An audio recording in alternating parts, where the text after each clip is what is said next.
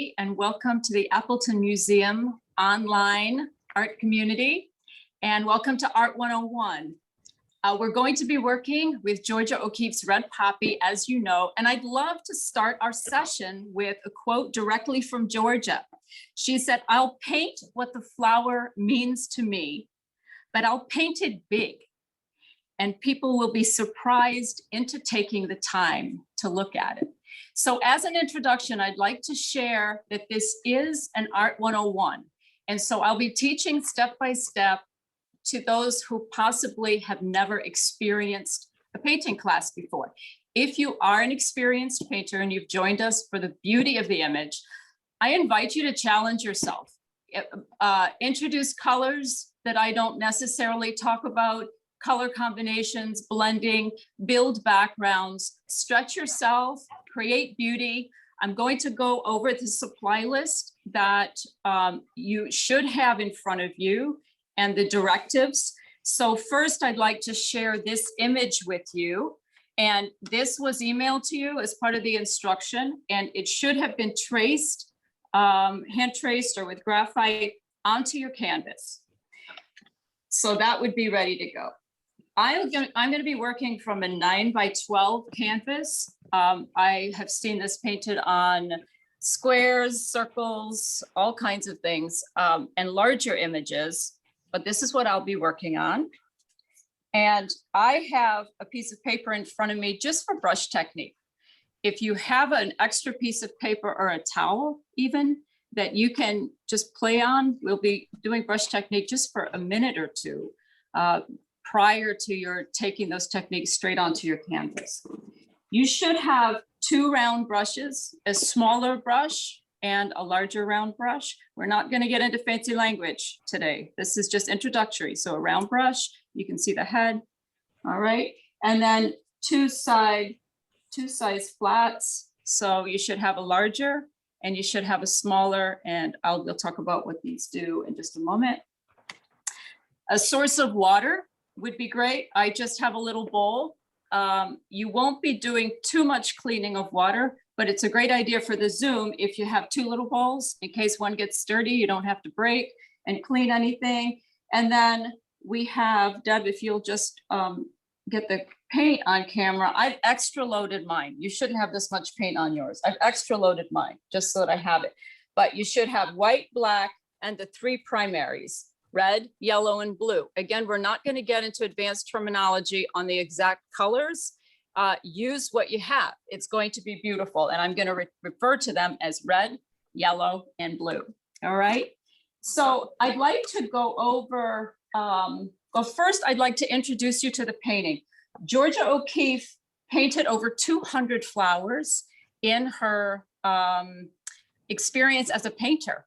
And they were all sizes. What I adore about Georgia as a pioneer, at the time that she was painting these oversized flowers in many cases, it was a pretty masculine and male-dominated art world.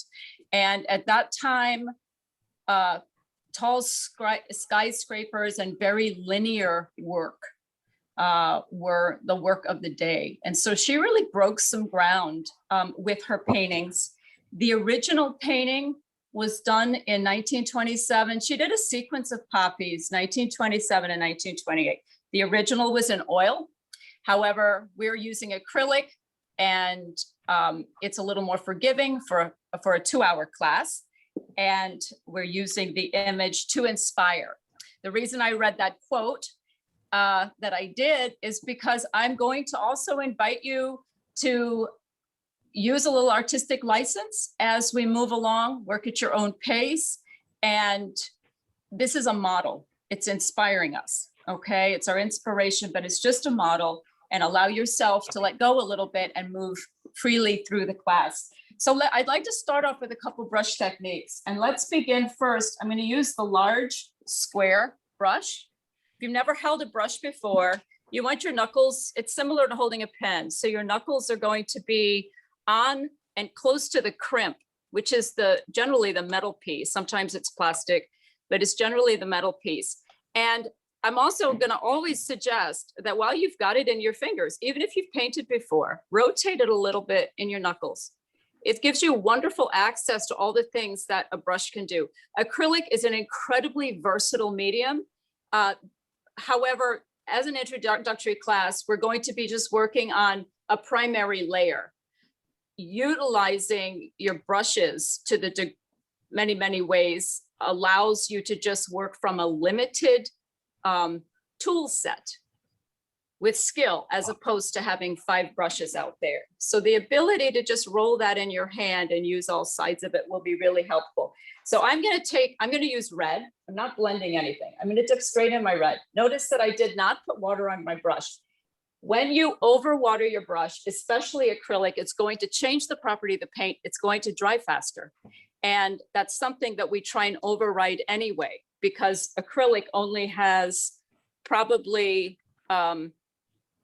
6 to 7 minutes of open time, depending on how thick you're using it. And then it starts to cake up, right? So if you add too much water, it's going to change the property of the paint. It's going to thin really, really quickly, and you'll have to do another layer. So the first thing, I've got a really nice head of paint here, and we're going to use short, first stroke, just give yourself about an inch or a 2-inch stroke. As we move across the canvas, I'm going to suggest that you use overlapping strokes. I just made a cross. You could also make a bit of a swirl, right? That's how we're going to be filling the canvas up. We'll be using that background first. Your square brushes are fantastic for blending. So I want to talk about the angle, something we don't talk about much, and it should be spoken about. To paint this way, there's no paint on the end of your brush. You're going to keep reloading. You're going to be very frustrated, and it's going to take a long time for you to complete an area. So the angle of that brush should be at about a 45, you know, and I'm going to load a little more paint so that as you're using it, you're able to actually get the paint off the brush onto the canvas, which is the goal. I generally load both sides. And so before I'm finished, I use everything I can and I flip my brush around and I continue. But you'll find as we move into the background that this overlapping and overlaying really accomplishes a lot in one layer. So I wanted you to do that. The other thing I want to talk about is pressure. If I were to use even pressure, hit that canvas, stroke, and come off, you have a line at the top and you have a line at the bottom. That really, really frustrates painters. So my advice is to gradually move towards the canvas. And so I generally ask painters to begin moving in a slow rotation in a circle towards that canvas. And if your brush is at an angle, as you gently hit that canvas, there you go. Gentle pressure, increase pressure, increase pressure. There's your stroke. And you're going to lift, lift, lift, lift, lift off.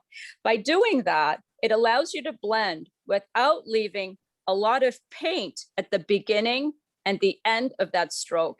And it really helps you blend as you change direction. So I welcome you to play with that just for a little bit. Only add water when you feel that paint caking up. You'll feel that there's no flow to your brush. Then it's time to dip into paint. When you dip into paint, if you have never done that, all right, my suggestion is have a rag very readily available. I paint with a rag in one hand. When you're in the paint, pop it in, of course, swirl it around a little bit. When you have sufficiently picked up the water or washed your brush, you're going to press one side and another side on the vessel that's holding the water so that water doesn't go flying. And you're gently going to dab it on a rag, whatever that you have that's available to you. Okay. Too much water turns it into watercolor. It dribbles down the canvas and it dries too quickly. Okay. So that's the use of your water. Okay. I want to show you one more thing. With a watery tip, once you've watered it, we've used the flat side of the brush, right? But when you need to, you can slowly rotate it. If you were to rotate, this is a little more skilled for some of you experienced or advanced painters, and gently come off, you're able to change a stroke that goes from a width to a very, very, very fine tip. So that's a wonderful stroke that's useful all the way through. And you can also use the tip of your brush to create a contour line. All right. We're generally going to be using this brush to build up the background and the overlapping strokes that I just shared with you. And you have a smaller brush, we're going to use it in the same way. My general advice is, under a time constraint like we are, choose to use the brush that you're most comfortable with, the largest brush for the area and space that you're working on. And that's simply about time.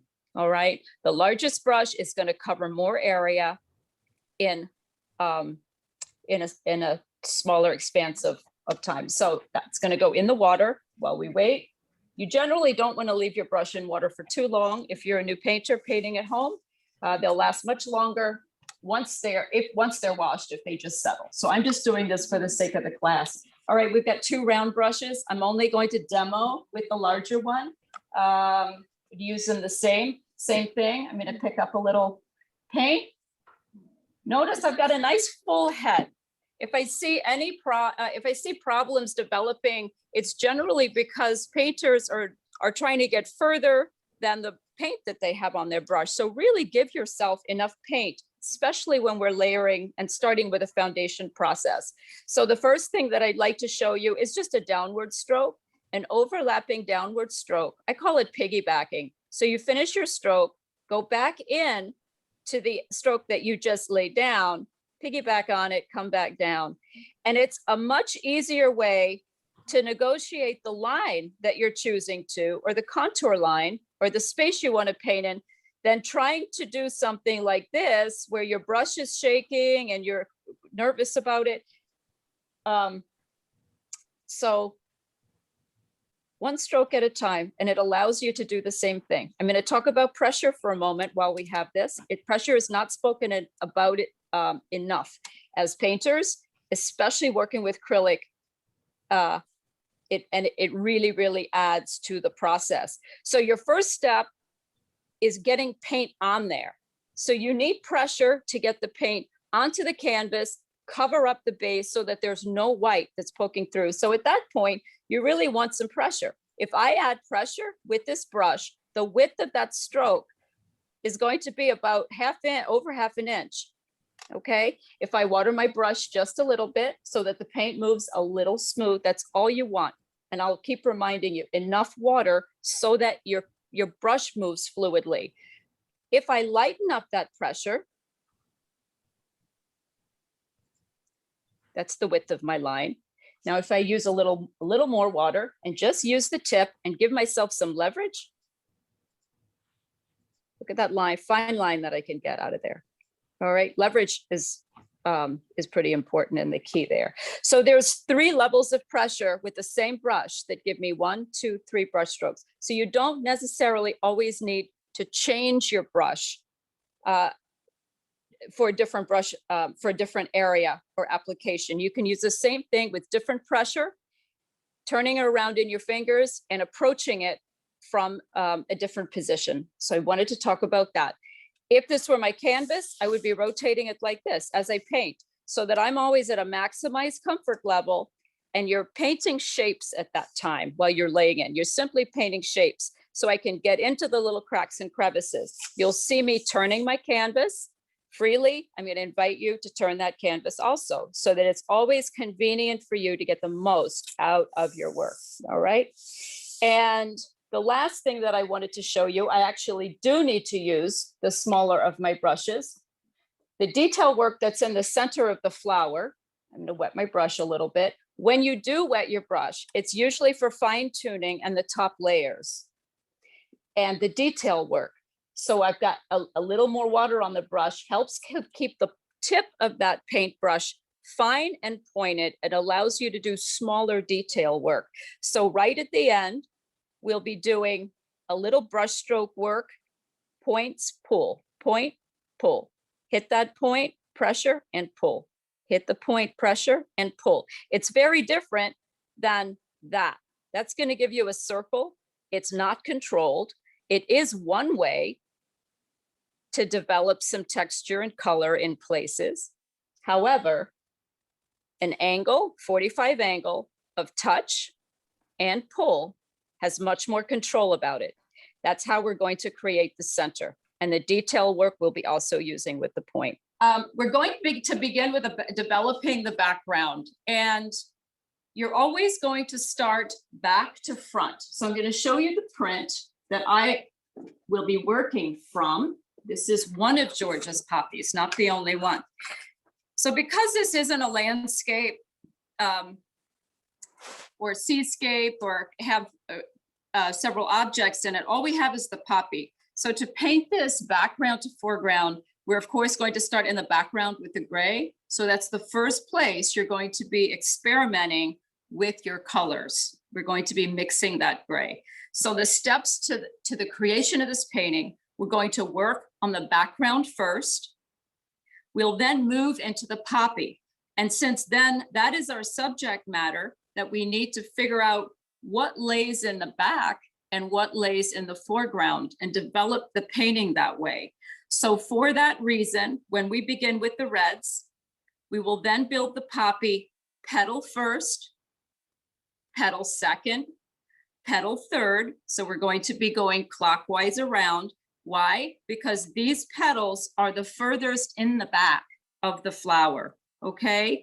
Then we're going to come down and paint this very long petal that's at the bottom. These two petals are at the front, and what you see that's a little lighter is the place that the petal is folding forward. That's why it's lighter. It's really getting the light source, all right? After we're finished that, we will create the center. We'll build the background of the center and paint it a dark value. It looks like black, but it's not. Then we're gonna go down to paint the stem. The last thing we'll do are the little details, actually second to the last thing. We'll do these little details that you see in the flower, and then we'll do a little of the fine tuning that you see where the light source is. I'm going to move through fluidly so we make the time. What I'm going to ask you to, I've blocked the class. So let's say you get 3 petals done and it's time to move into the center. Go ahead and follow through into the center with me, because once you've painted these 3 petals, they're painted with the same process, A, B, C, D, a 4-step process. So you would actually be able to finish this on your own, and you'll also be receiving a PowerPoint after this, and I have itemized ABC, exactly the way to create that. So rather stay with me rather than staying back, or you're 1 step behind. It'll be really difficult to accomplish the painting, okay? All right, so we're going to start with the background first. So I'd like you to take the larger of your flat brushes, okay. Move the painting in front of you. Now I'd like you to take a nice, when I say a nice head of paint, I'd like you to see what I'm talking about that. Don't minimize, or you'll all make enough paint, make enough paint. I'll say that all the way through, or you'll always be trying to catch up and recreate that color. So I'm going to give myself a really nice bit of paint. In fact, I'm going to do that twice, depending on your product and who the manufacturer is, will depend on how smooth that paint is and how much you're using. So you'll have to feel that out for yourself wherever you are. Now, right here, I'd also like to give you another tip that I will reintroduce all the way through. Before you pick up another color, we're about to add black. White and black make a very, very gentle gray that we'll be painting the background with. I highly suggest that you clean off your brush just with a rag, so that you can control how much black you're actually putting in there. So let's start with, I don't want to do 1-to-1, it'll be 2. So 2/3 white, 1/3 black, 2/3 white, 1/3 black. The darker colors, of course, are aggressive, which means they change the color of the paint rapidly. So I'm going to introduce a little black. Some of you might have a palette knife, which is fine. I didn't want too many tools up here, and so I prefer just to use, I've mixed a little too much black in here, okay? I didn't have enough white. I'm using a different paint than I did last time. So I'm going to add a little more white. I'd like to get to it's a gentle dove gray that you're looking for. A gentle dove gray. Okay.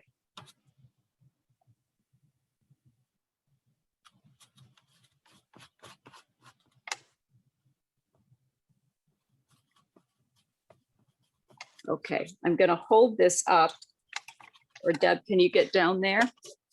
And I'd like to show you, I created this gray first, and you can't go wrong. The color palette's beautiful. However, it's preferable to have a light gray. When acrylic dries, it's going to dry about 2 shades darker than what you're looking at, and it's going to matte out, which means a matte finish isn't shiny. You won't be able to build nice chunks of paint like you see in a layered process with oil painting. Acrylic paint doesn't do that. So realize you're looking for smooth coverage and a nice blended background and cover. All right, I'm going to wipe my brush off again. If you have a palette, you can wipe it on the palette. Why? Because you want to control how much paint you're picking up and what you're doing with it. Then it's a tool and there's no surprises. Notice I didn't pick up water. I don't need it yet. I don't need it yet. I'm going to begin the background with the large brush, If you're more comfortable with the smaller flat brush that you have, then absolutely use what you're comfortable with.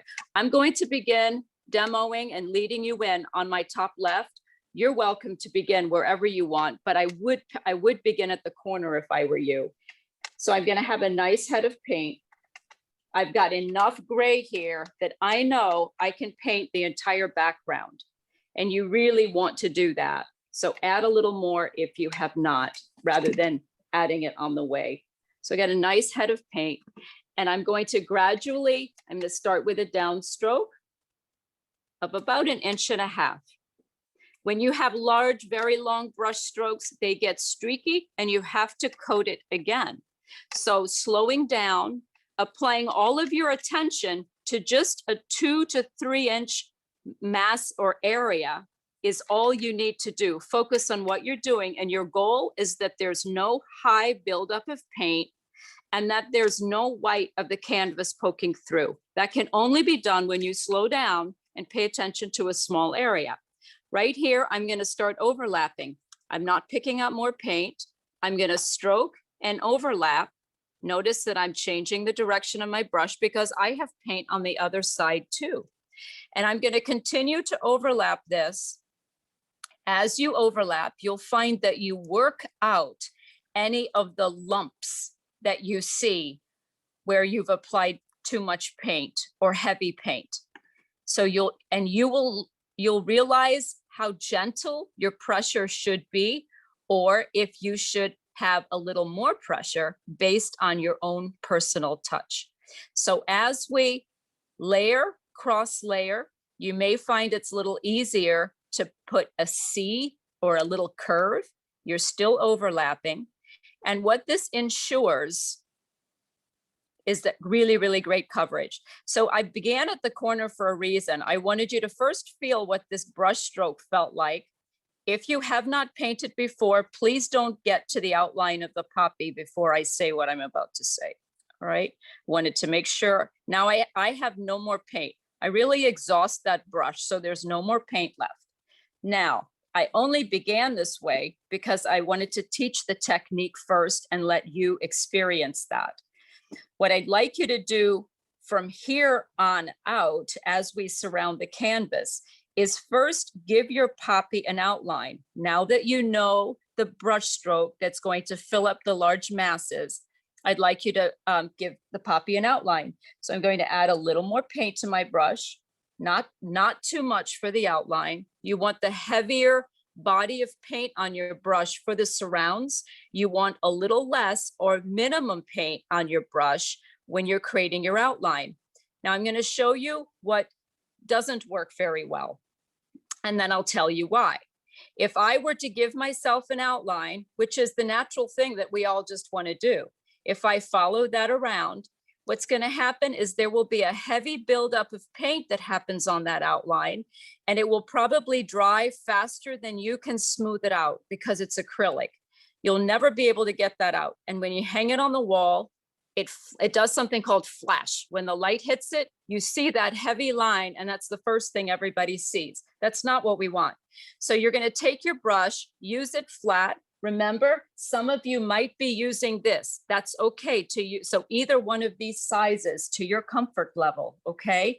You're going to lay it on the outside. Let me begin here where it's clear. Deb, can you, so I haven't touched this one. It's not messy yet. You're going to lay your brush right at the edge, a little bit of pressure, and you're going to drag up and out. Remember when I showed you that pressure earlier? So you add your pressure, you drag up and off. It's very different than dragging and stopping. If you do that, you're going to leave paint there that then has to be blended. So it's far easier to graduate with brush strokes as you change the angle of your brush up and out. As you're moving your brush, you'll be able to get to all the little angles. Remember, you can turn your canvas for your maximized comfort to get to every space that you need to be. So I'm going to continue to move around my canvas. Feel free to ask questions if you have any. So my advice is that this is the next step. Once you have fully outlined your poppy in this way, then fill in the spaces. And I'm going to remind you, what you're looking for is no heavy chunks of paint. You want to work those out while it's drying in acrylic. And you want to make sure that there's no holes, complete coverage, so that you're concentrating just on a few inches at a time as you move through.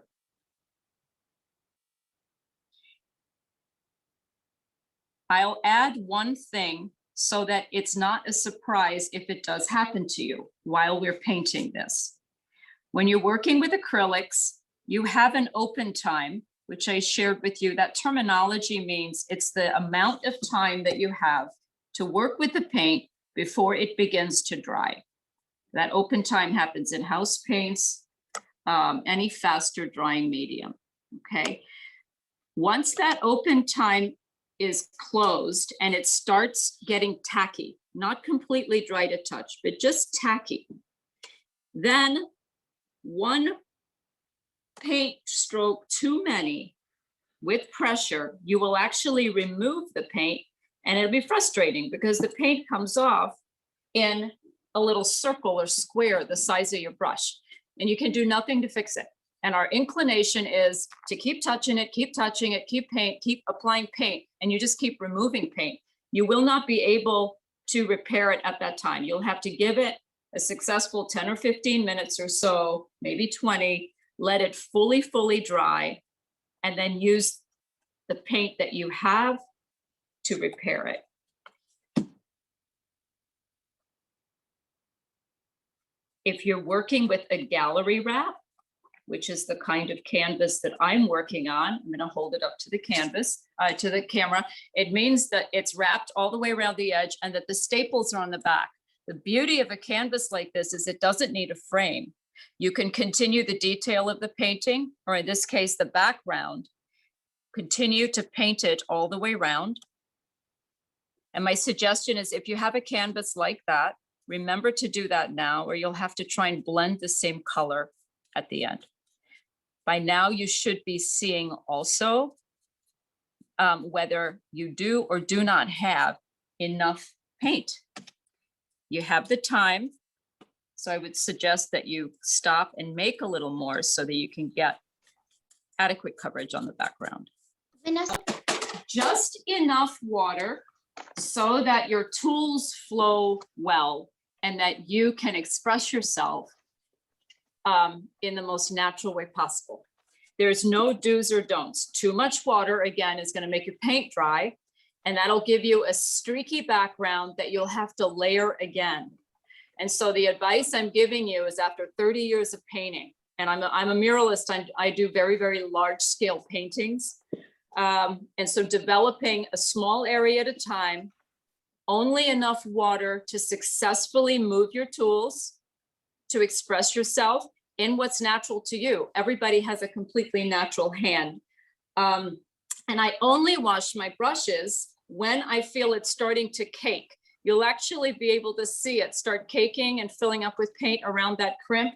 At that time, you want to pop it in your water, clean it off, pat it off, put it in your rag, just so that you have the right combo of water and paint on your brush in order to paint to your liking.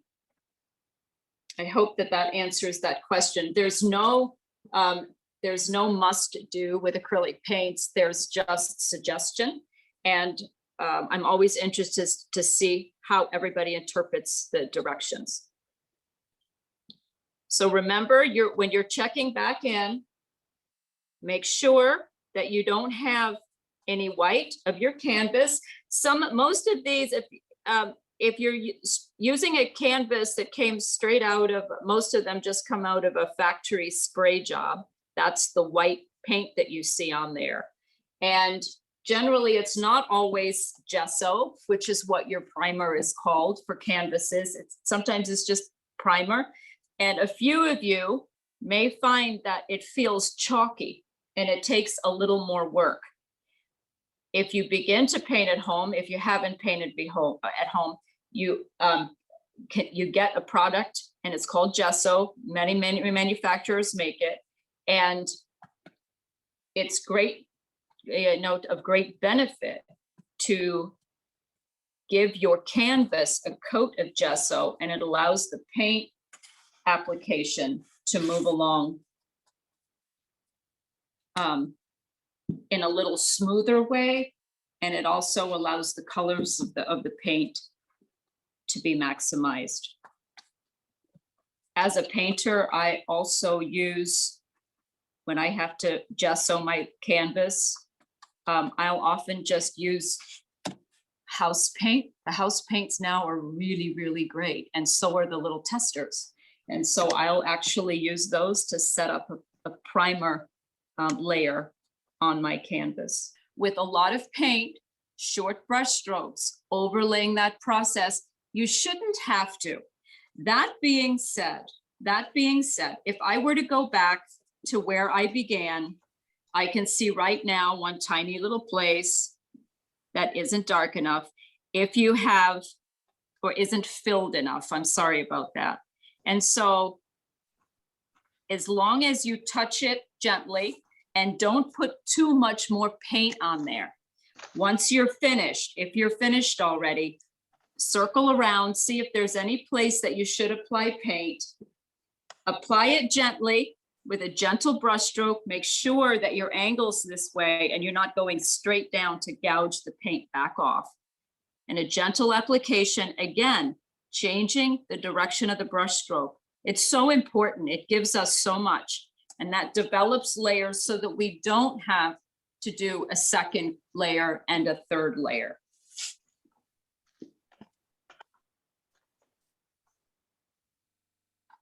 So much of painting, and especially what we're doing now in building up this background, is feeling what it feels like to be you as an artist and painting.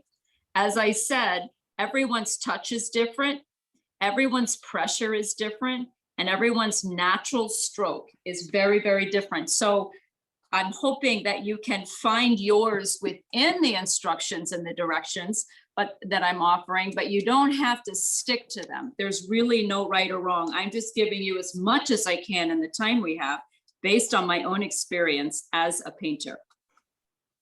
Thank you.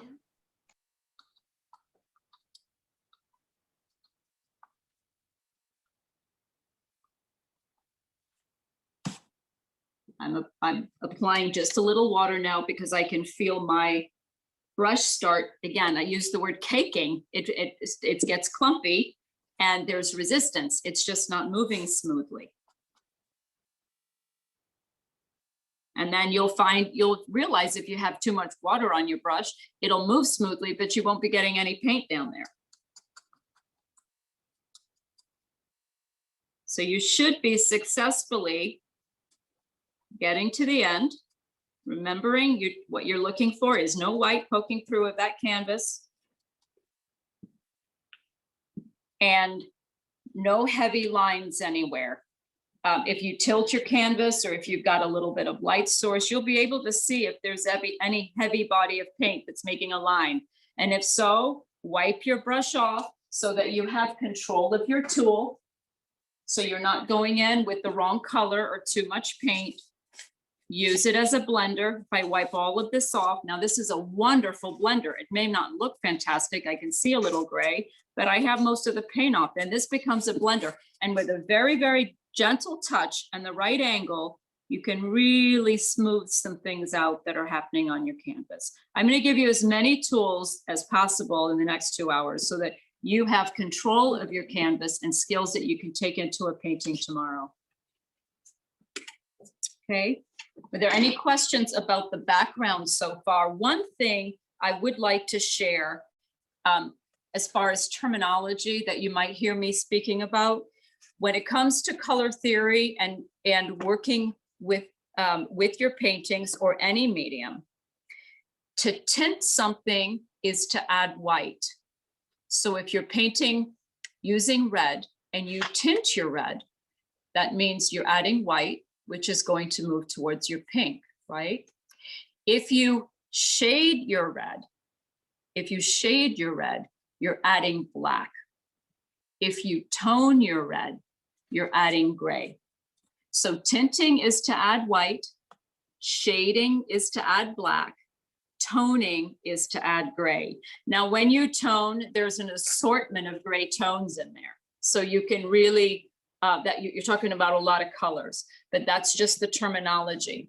I will explain myself all the way through, but to make yourself comfortable with that terminology will help you as a painter and taking all kinds of classes. So I'm going to clean this brush off. I'm going to put it in water, and I'm going to go ahead and move towards the next step, which, if you remember, I shared we're going to begin with the with petal number 1 for the poppy. The sequence that we're going to move through is petal number 1 again, petal number 2, and petal number 3. So if you're finished before I am, you know that you can move clockwise around and hit 12 o'clock, 3 o'clock, and 9 o'clock. And please don't go on until I get there, because we're going to approach the other ones in a different way. These we're going to approach the same way. I'm going to switch now to my smaller flat brush. I'm going to switch to my smaller flat brush. And we're going to use some of the same techniques that I already showed you as far as how to get the paint on there. You still want some pressure because we want to get the paint on and we want to move it to where it needs to go. That's the first process when you're applying paint. You want to get it on there, and your tool is to move it to the place that you'd like it to go. So I'm going to pick up some red paint. I have a new brush. I did not put it in the water first. I do not need to. If that is your way of painting, you're welcome to. It's no rights or wrongs. I don't choose to. I like to use all that the acrylic paint has. I'm going to do the same thing I did in order to contour or outline this poppy so that we don't leave a line behind. What I'd like you to do is work within this line. We're going to take the outline all the way around. We're going to come all the way down around the contour around the center, straight up, and take this inner contour. Don't touch the outside yet. Take the inner line, and we're painting red inside. I'm going to start at the outer tip. I'm going to place my brush flat against the edge, pull in and lift. I'm going to angle my brush again. What I'd like you to do, I'm going to ask Deb to get in here with the camera. If you see a broken line, that's okay. It adds to the beauty and the edge. Georgia painted in a really organic way, which just means she didn't fight the nature of the brush strokes. So as I lay my brush down, I'm going to take my brush a little over the pencil line, so I'm actually on the gray. And so if there's a broken edge or something that's not perfectly smooth, it's still beautiful as part of the natural way of a flower's edge.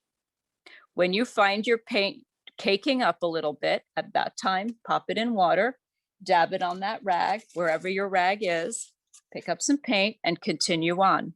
And so this brush is probably 1/2 inch. I'm not sure what size yours is. When I'm finished on the one side, I turn it over because there's still paint left on there that I can use before I have to pick up more paint. If you've got too much water, it's going to look streaky, and you'll see that. You'll see some white coming through that shouldn't be there. So I'm going to suggest that you pick up a little more paint. The nature of acrylics is that this is going to be a little streaky, and I'm wanting to show you everything that's happening on my canvas so that you don't think that you're doing something that's incorrect or going to or not progressing with the painting. So again, go over into the gray just a little bit. That gray should be dry enough to allow you to do that. Pressure, you're going to pull back. Again, if you have, I'm using both sides of the brush to get the paint off. If you have a little, I'm going to call it brokenness, which means there's a little gray poking through your red paint at the edge of that poppy, that's absolutely fine. It allows for a very pretty graduation. Absolutely. You're welcome to use a dryer to dry anything that you would like. It won't hurt the paint at this point, unless you have a tremendous amount of paint on the canvas. It may take a little longer to dry, and then you get it cakey. And if you take that extra stroke, it's going to take the paint off. And so if you have an even application, my suggestion is, yes, it's fine to use a dryer. I'm going to continue around the sides, and I'm going to draw in. Your step one, you want to get the paint on there. Step two, you want to make sure that your concentration is on a small area at a time. Step three, you want to make sure there's no heavy lines of paint, just as we did before. And once the paint is on there, you can smooth out the brush strokes. But my first concern is that we get the paint on there and that the edges are controlled and we don't have a heavy buildup of paint. So I'm creating my outline, adding water as you need it.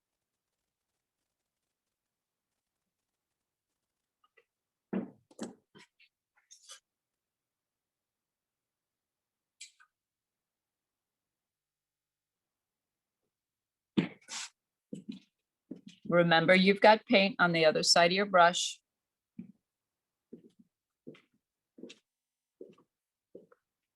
All right. So even if you're busy, I'd like you to just look up at the screen just once. I'm going to show you what mine looks like so far. And so in order to finish this out with the red, I'm going to load paint, and I'm simply just going to draw down. The brush strokes when you're smoothing out your strokes in your petal should be, I'm going to use the word organic again, organic to the way that the flower is flowing. It's starting from a narrow space. It's moving out and spreading like a burst of sun that's coming out. So these end up having, with the colors we're going to use, almost a variegated look. So it looks streaky. You'll have lines in it. And so allow your brush strokes to graduate out. The center ones should be coming straight out. And as you move to the sides, they should continue to separate and flow with the lines of that petal. I'm adding a little water just to get that flow going. And I'm going to go back and forth. I go center out, and then I go out in.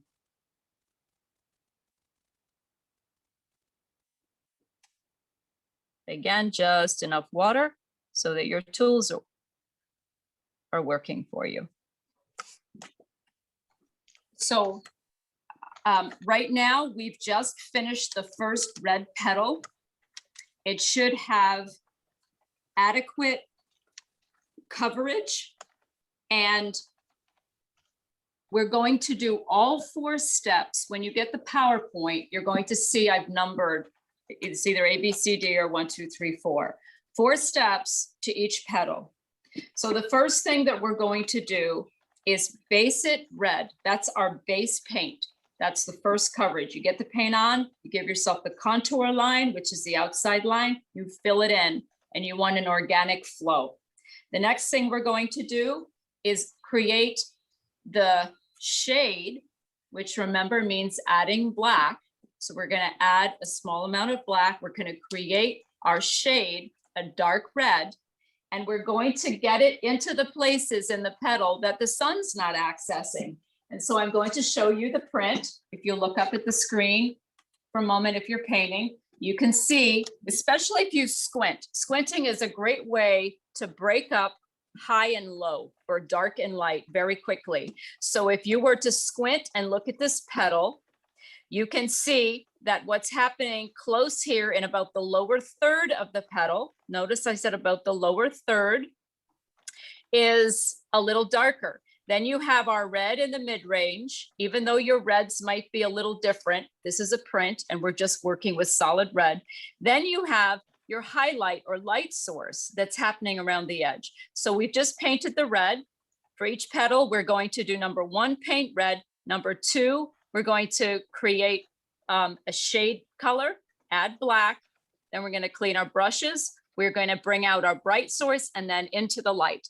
So that's 4 steps: red, shade, bright, and tint into the light. Once you've done that with the first petal, you'll be able to go on and do the same thing yourself to what's on the right and left. So we're going to move straight into shade. We're dealing with the red paint. Okay, still dealing with the red paint. And in this case, I'd like you to mix the color first, find the color you're looking for, and then make a little more paint so that you're not wasting too much paint. In this case, I'm going to take a nice head of paint over onto my palette. I'm going to do 1-to-1 ratio in this case, 1-to-1 ratio, nice head of black. Looks pretty fierce. I'm going to start mixing it.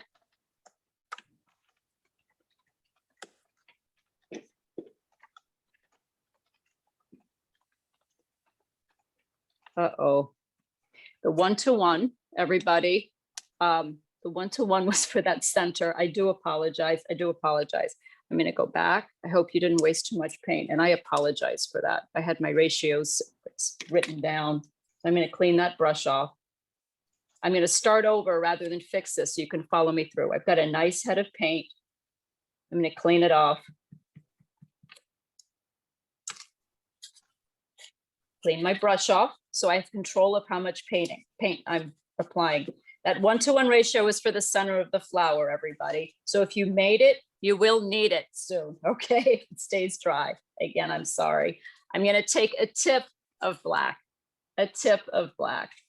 and introduce it. Watch mine so that you can actually see how dark I'm getting before you go for it.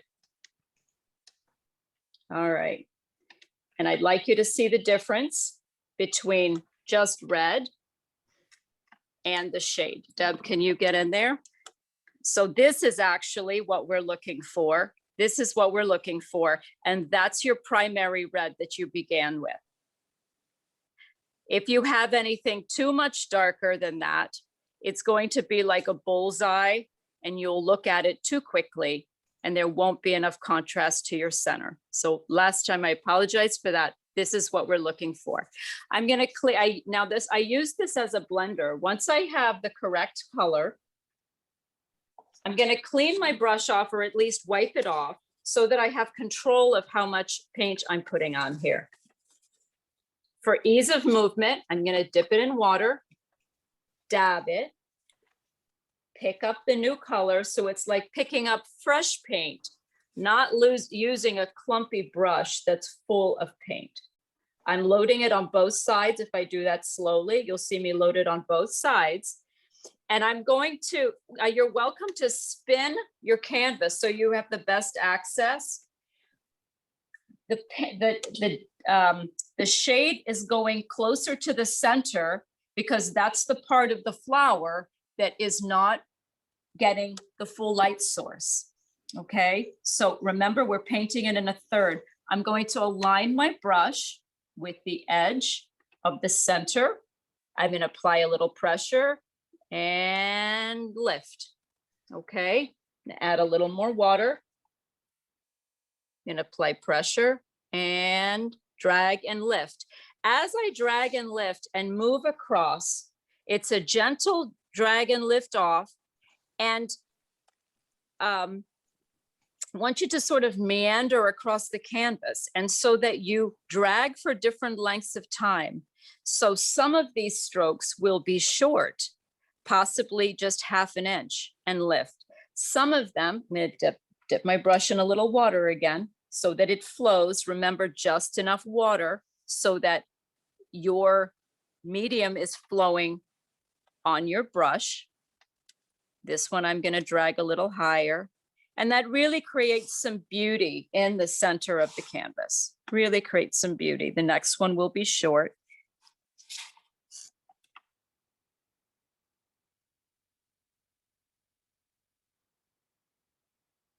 All right, now I'm going to move this a little closer, make sure Deb is seeing that. I'm going to use that word broken again, or separated. As I drag up, I want you to see that it's okay if you have a little red paint of the primary color that's showing through the process that you just laid down there. It adds to the beauty of it. If it's too solid and you don't see any red, there's no layer of colors. So it should look a little streaky and it should look a little broken. If you simply don't like that and visually it's not pleasing, then my advice is to use a little more water on your brush so that it flows a little more gently and a softer touch. So I sufficiently have laid down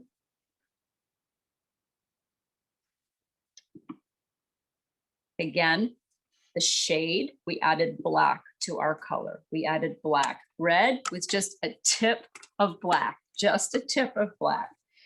I'm going to turn my canvas around. I'm going to continue. I'm wiping my brush off so that I can control how much paint I'm picking up. So that I can control, again, I paint like this. I'm going to take over a nice head of red. This time, we're going to start, we've gone into the shadow. Now we're going to brighten things up. So if I show you the poppy again, what's starting to happen is a lovely orange. Red and yellow are the two primaries that make orange. So step 3 is we're going to start bringing out the bright. And we're laying the bright in the top third.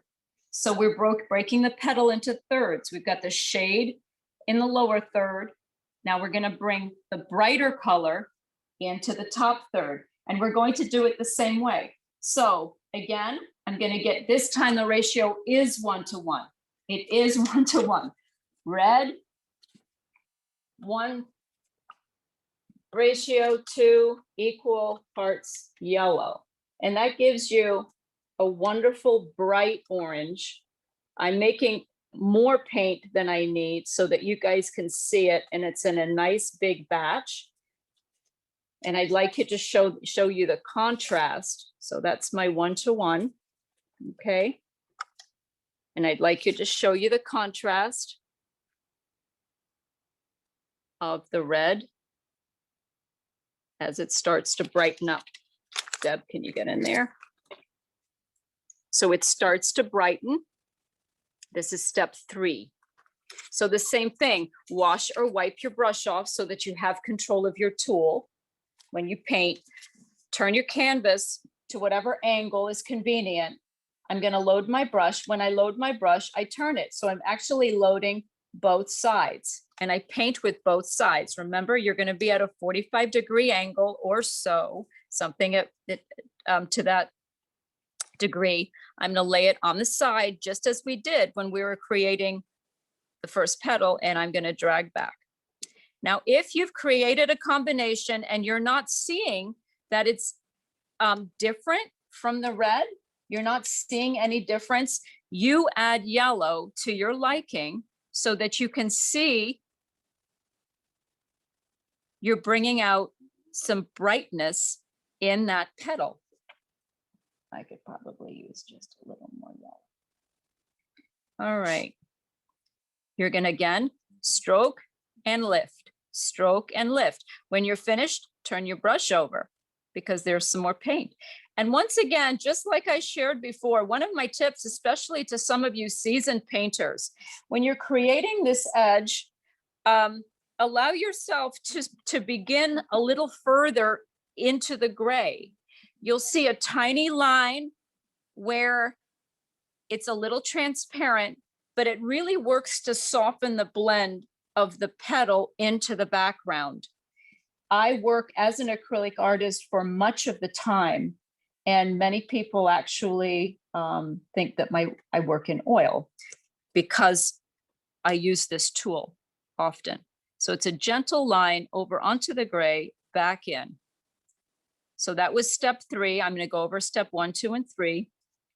Again, on this step 3, one more thing I'd like to say. Again, meander that line and change and graduate your brush strokes so that you may have just a 1/4 inch and then you have an inch, and then you might have an 1/8 of an inch, and then you might have an inch and a 1/4.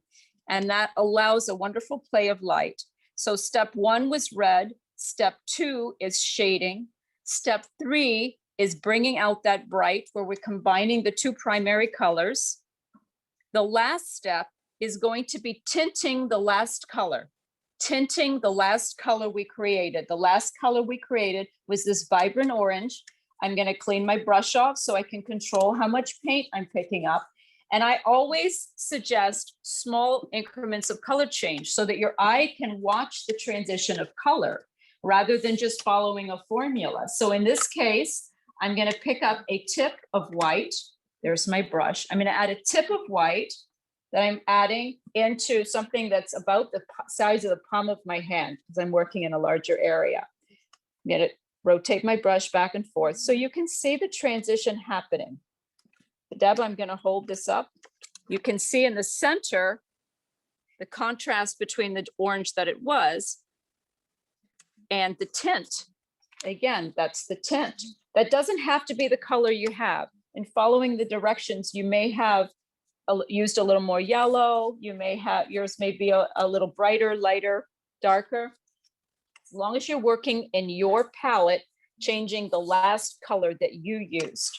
It's very different working that way than just grabbing something out of a tube. Again, wipe your brush off so you have control of how much is going on your canvas. You're gonna lay it on that edge. Every time you do add another layer, this is process number 4. Your stroke is going to be shorter and lighter because you want to see the last process that you used. So I'm gonna lay it right on the tip and I'm going to graduate in a brush stroke that's about half the size of the last one.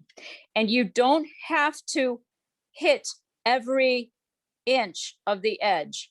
You can leave, I'm going to use the other side of my brush, you can leave a little gap.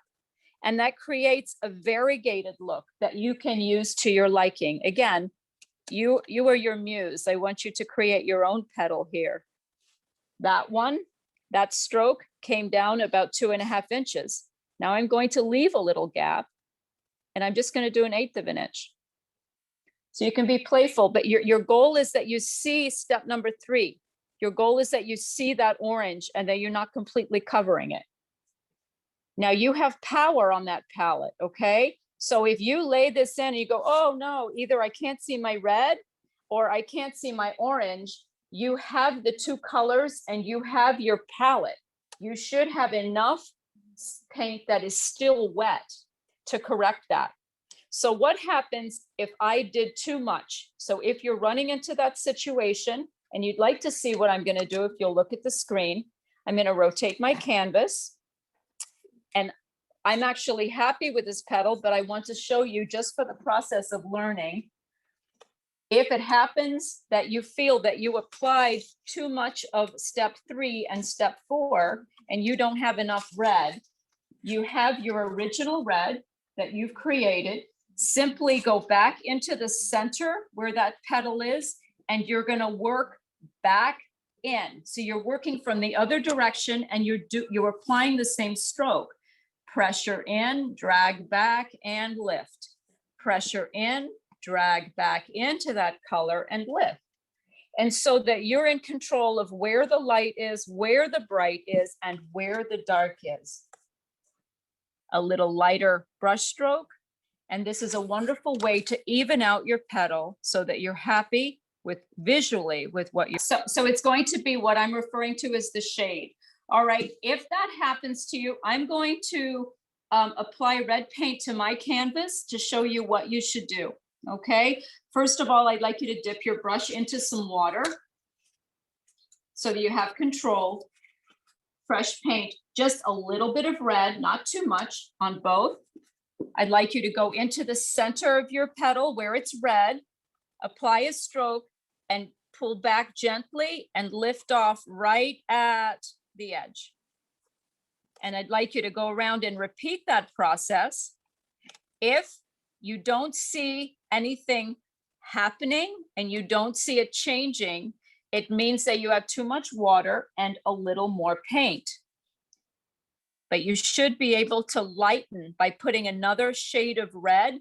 You won't negate that color. You don't want to. You still want the shadow. But as you apply another coat of red with a nicely watered, clean brush, you will be able to repair that. If you put the first layer on there, and it seems that you would prefer another layer to brighten it up, wait for that to dry for 5 minutes or so, go on to your next petal and come back and do that once more. And that goes for the same thing around the edge. If you feel that you got too bright or too yellow, go back in. Your red will repair that. You go back into the center and the stroke goes just in the opposite direction. I call it pushing and pulling so that you find the best balance. Hopefully that answered that question. I'm going to go on for sake of time. I'm going to go on to petal number 2 and I'm going to go on to petal number 3 and I'm going to repeat those 4 processes. I'll speak them out when it's time. Other than that, I'm going to stay silent so you guys can think yourself through the process and ask me any pertinent questions. A reminder, keep your brush strokes short as you apply the paint on here and keep your attention just to the 2 or 3 square inches that you're working on, rather than thinking about what you just did or what's coming up. And it really allows a more artistic process and allows you to flow into that painting well.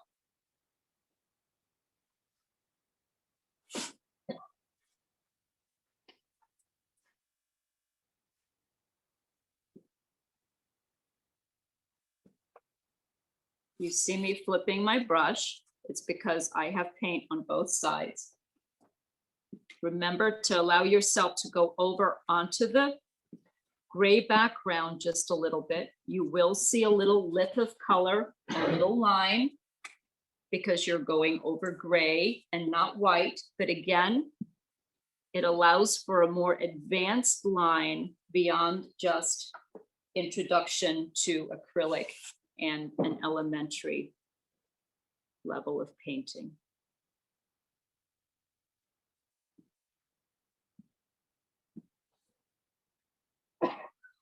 Which one is petal 2? The petal to the right, if you're going clockwise, it's not number 3. I'm going to hold my canvas up. If you'll look at the screen, if you have that option, that's petal number 2. Remember, water only as you need it. Water only as you need it.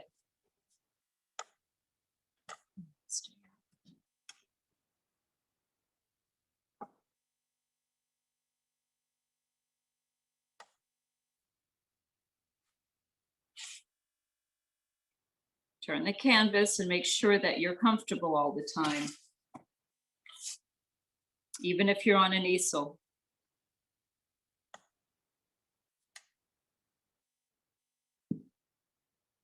You're looking to make sure that you don't have any heavy lines, because you cannot repair that with canvas, with acrylic.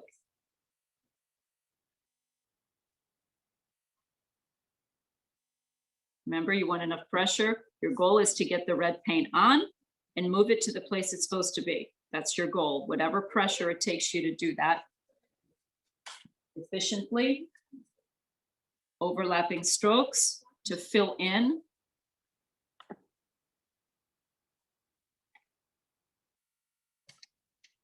And then once you have overlapping strokes, you know that there's no white, you know that you have sufficient coverage, then you can use your brush, clean it off, use it. It's a blender then, and a blender will smooth those lines into the direction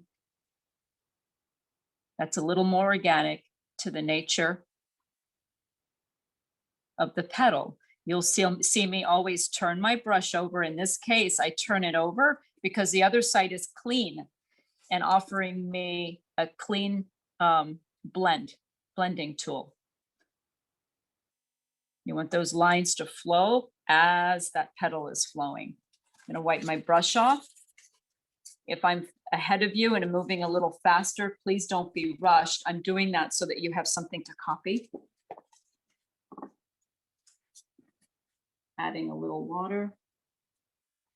Please remember your shade is red with a nice head of red combined with just a tip of black, just a tip of black. It doesn't matter if you need to remix that shade because the acrylic is dried, that's natural. We're working with acrylics, okay? If you're not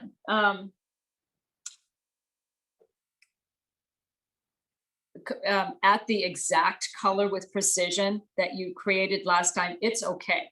Go with the nature of it. Don't work too hard, rather let your painting flow. If you're a little lighter, a little darker than the last shade, that's absolutely fine. I'm gonna turn my canvas. If anybody would like to see my brush stroke as I get into this little narrow, a more narrow V, okay? I'm going to turn, up till now, we've been working with our brush flat this way. I'd like to get into that V in the most successful way possible. So I'm going to turn my brush. I've got it at about a 45 angle. I'm going to get it right in there. And I'm going to draw back and draw back. And as I do that, I'm going to rotate my brush a little bit. So now that I'm back to a wide brush, and I'm going to lift. I'm going to do that again. Apply a little water. Got another gap to fill right here. Okay, so I'm going to turn my brush now so that I can hit that point or that V next to it. I'm going to pull back. As I pull back, got all the time that I need. You're going to rotate that brush in your fingers, just like we practiced in the beginning. When I get about an inch out, lighten, lighten, lighten, lighten, and off. And that kind of striation or variegation is fine because we're painting a flower. If you'd like to, dip your brush into a little water, and you can smooth it out a little bit if you need to.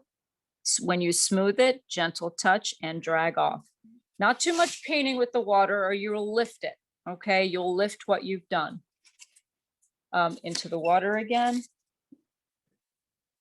Again, adding black to your color is shade.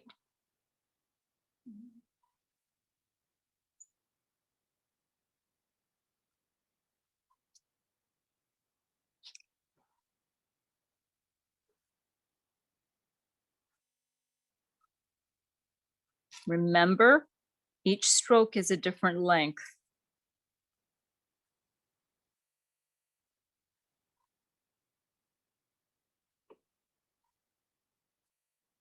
Okay, that is what mine looks like. It does not mean that's what yours looks like. That's what mine looks like as to the application of the shade, the shading. I'm going to turn it. I'm going to move to number 3. Remember, I'm washing my brush. Take off the last color. So I'm starting fresh. I have a blender and I can control the paint that I'm picking up. Step 3, you may have enough paint that's still wet enough to use. If not, it was equal parts of red and yellow. I'd like to share something depending on the manufacturer of the product of paint. For example, I am using 2 different manufacturers. Those paints are going to blend differently. You're going to need different quantities of paint depending on the manufacturer, they do change, and there are levels of paint. 1, 2, 3, 4, up to from entry level paints and student paints, they graduate up. They're going to be different in their application and in their blending. And so if you follow the basics of the guidelines, but depending on the products that you're using, it will actually be up to you on your side to determine what is visually beautiful to you. So I'm going to start at the other side. I'm going to draw back and lift, draw back and lift. Remember that you have paint on both sides of your brush.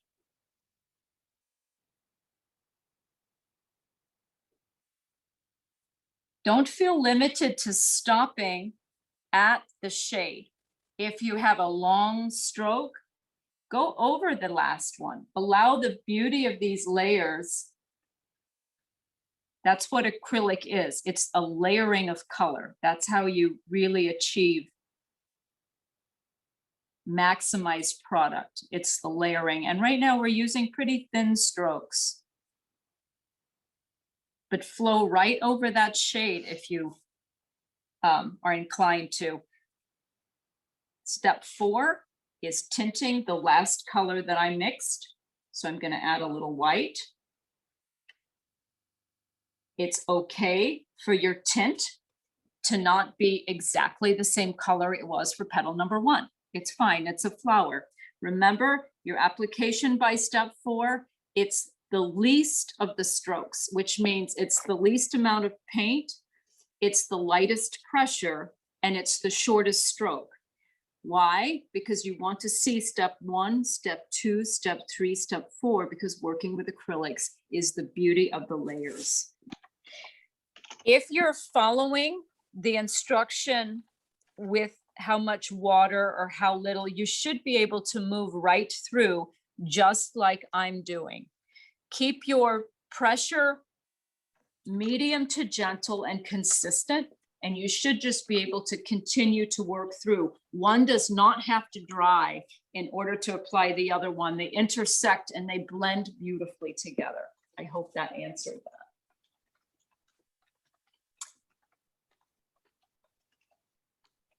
And once again, if you want to see what I have created here, you don't have to, that step 4 is the final light source.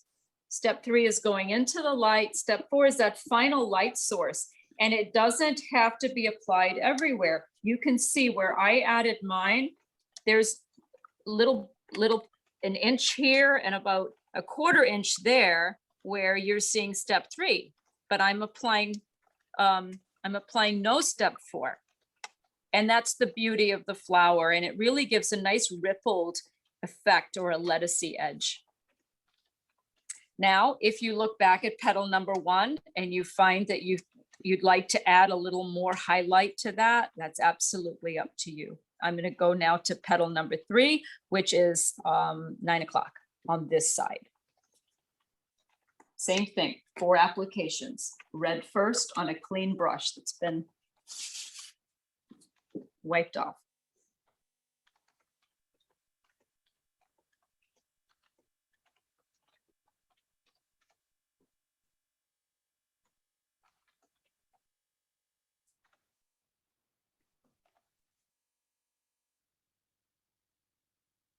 Again, just a little tip.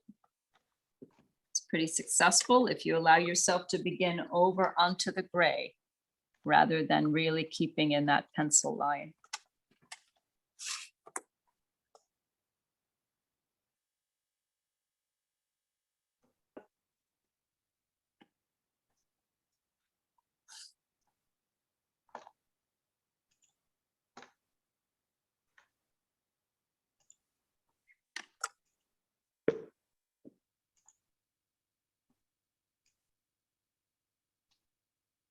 Great. I'm now going to continue with petal number 3, which is at 9 o'clock. And I'm going to go to step number 2, which is shade. Remember, it's red with just a tip of black Again, it doesn't have to be the same color.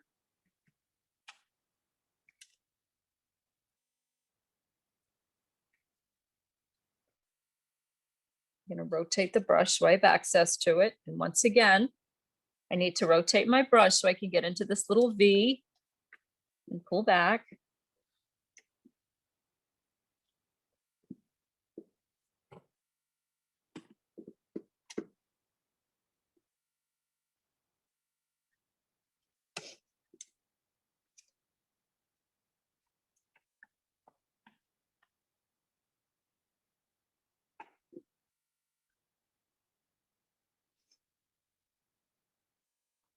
Brush and lift. Brush and lift. Brush again, lift.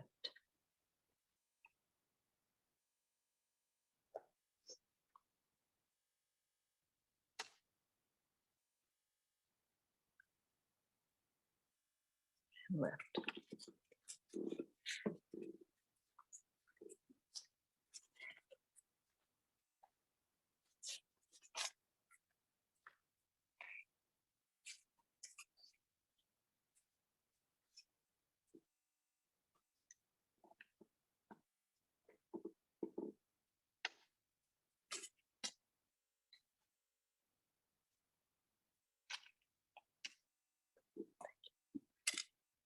Okay, I'm gonna, next step, step number 3. 50-50 with the red and the yellow. Makes this beautiful, vibrant orange. Again, I'm maximizing, I'm using much more paint so that it's spreadable and you guys can see a little bit of what's happening on the palette. You definitely don't need to be blending colors in this way. I'm gonna start at the edge. This time, let me work away from me so you guys can see. I'm starting at that edge. I'm gonna draw back, draw back, draw back. Every time I'm going over onto the gray just a little bit. It's a very pretty graduation. Now I've got a lot of paint on the other side, so you're gonna find that I'm gonna, remember every time you touch also, a little shorter brush stroke and a little less paint, every procedure. So you can see the last.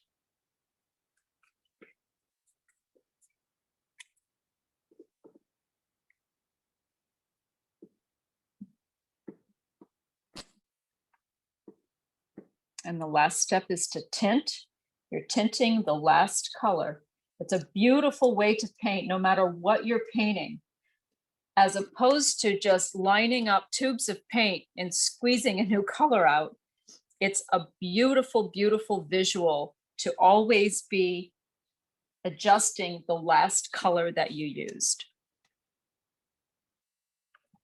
Remember to graduate your lines, and I keep using the word meander. There may be other words, but you are kind of meandering across the petal. Leave yourself gaps and spaces. You don't have to treat the entire edge in the same way. There's a 1/4 inch, 1/8 of an inch. There's a nice long drag. And it's again, the layers working with acrylic. I do need to rotate my canvas just a little bit, but we'll bring it back. Okay. I'm going to go ahead and move to the red petal. It's actually a couple petals at the bottom, but we're going to treat it as one. And we're going to go all the way along the edge. If you'll look at the screen just for a moment, we're going to treat this entire petal as one for the sake of time. And we're going to approach it in the same fashion. This is where the highlight is. This is where the shadow is going to be. So I'm going to paint that right now and paint the whole thing red, exactly the same style that we've done so far. But this is a succession again. 1, 2, 3. This is petal number 4. I'm still using the smaller of my 2 flat brushes, just using red. Let's start. Laying my brush over the gray, gradual stroke up and lift. First goal is to get the paint where it needs to go.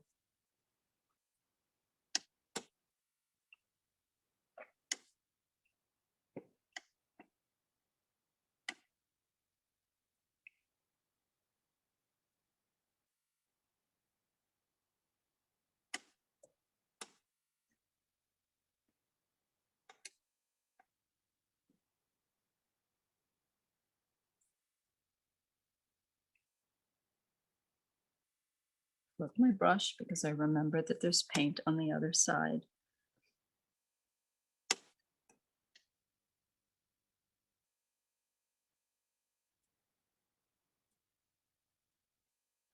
I'm going to spin the canvas. So you're going to be looking at it upside down, just so I have the convenience in a smooth application.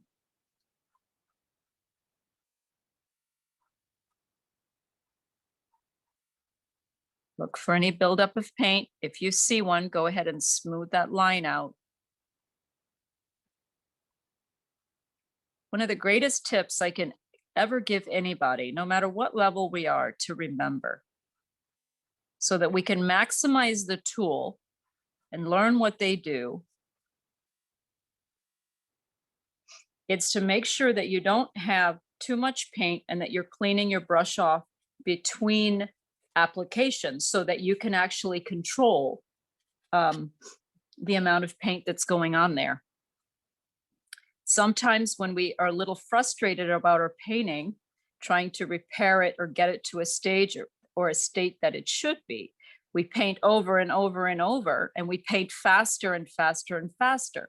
And we end up with 4 tools around us, all loaded with paint. We don't know what color we're supposed to use next or last. And it can be very, very frustrating. So slowing down the process a little bit, using minimal tools and having control of those tools is 60% of painting, is in the preparation. And I'm going to turn that back so you can see. That's petal number 4. Oops. There we go. All right, now I'm going to apply that little black.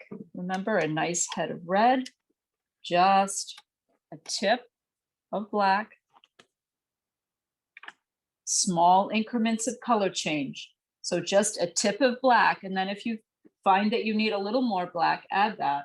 But small increments of color change create a powerful visual and allow you to graduate into painting an object, so that the product evolves rather than one strong color residing next to a strong color with so much contrast that you're not moving through the painting. So small increments of color change, and it also allows you as the painter to increase your awareness and aptitude for color, which comes over time. Move it back, so you're going to be looking at it sideways while I apply shadow. Pressure. Now we're dealing with a shorter petal, so you have a little less space for your drag. I still suggest that you alternate the lengths of the stroke, but I just want you to be aware you have a little less space to drag to, and you want to still see some of your red.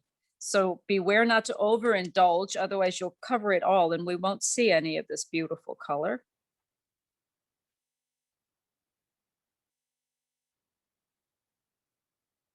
Okay, that is what my shade looks like. The shadow, you've got the shadow where the light's not getting to with the light source. And the light overhead is what's creating the beautiful outline. All right. We're going to finish this petal that we're working on right now. And in about 5 minutes, wherever you are in your flower, I'd like you to break with me. And we're going to lay down the background for the center and work on the stem.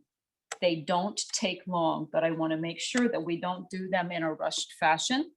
So in 5 minutes, we'll be breaking from whatever petal you're on, and we'll be moving to the middle and then the stem and finishing the detail there.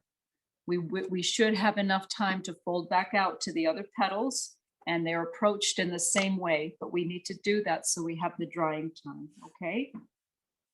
So once again,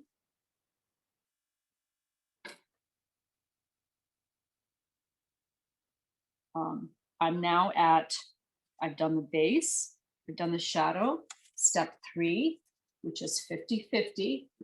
red and yellow, nice head of red, 1-to-1 ratio, same amount of yellow. You're welcome to alternate the colors of the brightness of your flower. Be playful. You don't have to stick to the 50-50 ratio. Lining my brush up at the edge, drawing in, drawing in. Again, you don't have to apply any level all the way through. You can break. I'm leaving an inch between.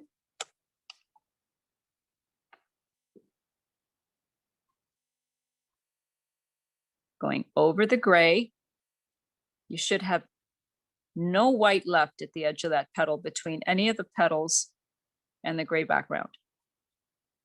There are these two little areas that are, I'm going to show them to you on the sketch because you may have covered them by now. If you look at the screen, there's two little areas on that sketch that are below this petal, and it's the underside. One is right there on your left. There's two on the right. They are simply going to be painted the shading, the shade color, okay? So you're welcome to do it now or you're welcome to do it later.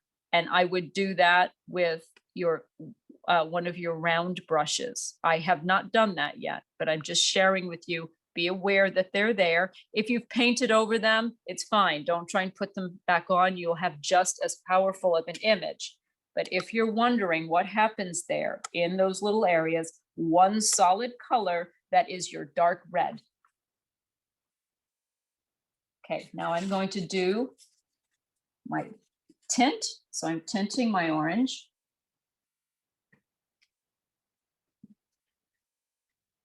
And this is a beautiful lower edge, so really be playful. One of the first places, if you'll look at the screen, one of the first places I'm going to advise a really nice stroke is on the left side of the lower petal. The reason why, this is where the line is running, okay? You really want to see the contrast between the separation of that petal and this petal. So the way to do that is really influencing that color change. I ended up with a little shadow there. Yours may look a little different. So choose whatever color combination really gives you a wonderful contrast. I'm going to use my highlight. So the first stroke, I'm going to pull back and let it be a couple inches so that I can really see that's petal number 3. 1, 2, 3, and this is petal number 4. And from there, I can start graduating. And be aware of that on the other side when you get there as well. I'm going to turn the canvas so that I can paint from my side. Again, play with the variation at the tip. Definitely don't have to paint sequentially all the way across. It may be a touch. It may be a drawing or a dragging the brush. Make sure that your brush is at an angle that you're actually accessing the paint.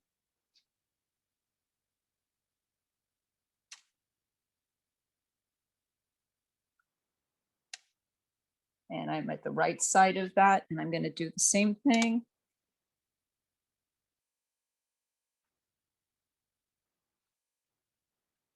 I want to really see the separation between the two. So you might have to just adjust your color so you get that separation.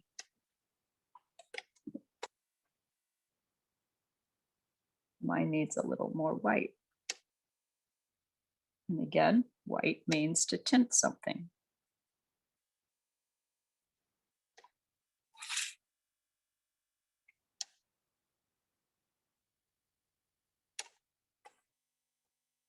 And I'm coming to a place that I'm going to rest my petals for a little bit. And I'd like to give you some color combinations for the center and how we treat the stem and the center. I'm applying just a little more of this light tint. I got a little lighter in my tinting of the lower petal. And so here and there, I'm choosing 1 or 2 places in the petals that I've already painted. just to add a little more of the tint for a highlight right on the edge, just so that it's a balanced flower. By now, those petals we've already painted are dry.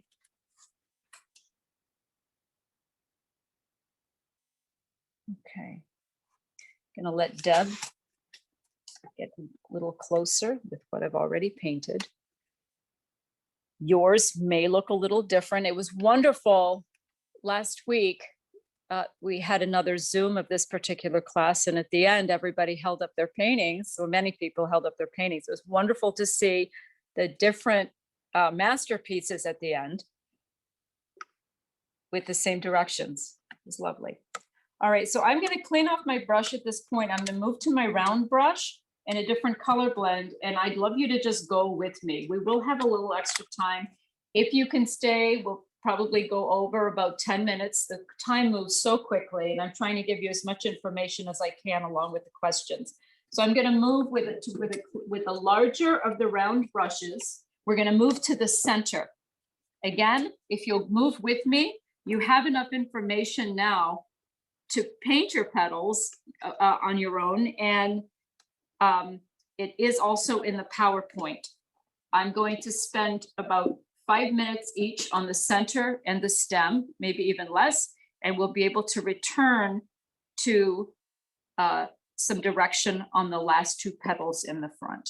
Okay, so for the last, we're going to begin the background. It looks like black, but if we were to paint it solid black, if we would bullseye, and you would look right into the center of that canvas instead of just allowing the flow and the beautiful, the lush petals that George actually created. So you're going to soften that black. If you are a painter that is experienced, you may get to that same color with your red, your yellow, and your blue. For the sake of time, I'm going to use black with red. The red will soften the black so it's not so harsh. But again, if you're an experienced painter with blending, you could get to that very dark umber with your red, your yellow, and your blue. So at this time, we're going to start with the convenience of the darkest color. So rather than using red and trying to make it darker increment by increment, it's just a little easier to go straight into the black, start with the black, and then add red, small increment at a time, and back it up. So it'll start going to a dark brown. So I've got my larger round brush. You don't need a lot of paint for this. So a head of paint, if I were to do it again, let me show you about that much paint on the end of your brush. Clean it off. Remember to wipe it off so you know how much paint you're picking up. And start with an equal amount, 1 to 1. 1 to 1. This is what I did earlier. Remember when I got so dark and I said, we're going to do this again? And that should give you a color or chroma, another word for color, that looks black, but is much softer on the eye.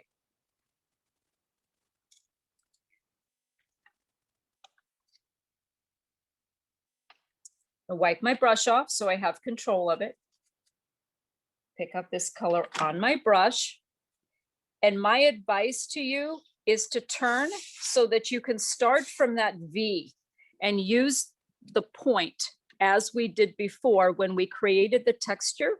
I'm going to lay that point right there, drag back in a very short brush stroke, and rather piggyback or overlay. Make sure that you're covering everything, but it's an easier way with the round brush to begin in that V.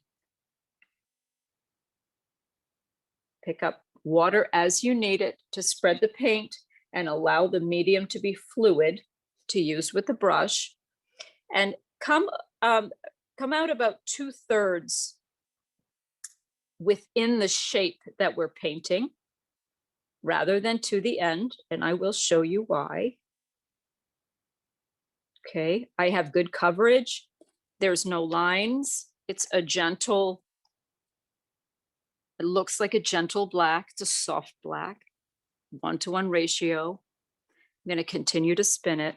Now I'm going to wet my brush a little bit And what that does, it sharpens up the edge of that point. I'm just going to dab it, pick up a little more color. Now, to create the edge, there's a little texture. I'm going to ask Deb to get in here. You're going to lay the brush down just as I showed you when we demoed in the beginning. I'm going to lay it on the red side, not within the line, over the red. And I'm going to just pull back, move over to the right a little bit. And I'm going to pull back and pull back.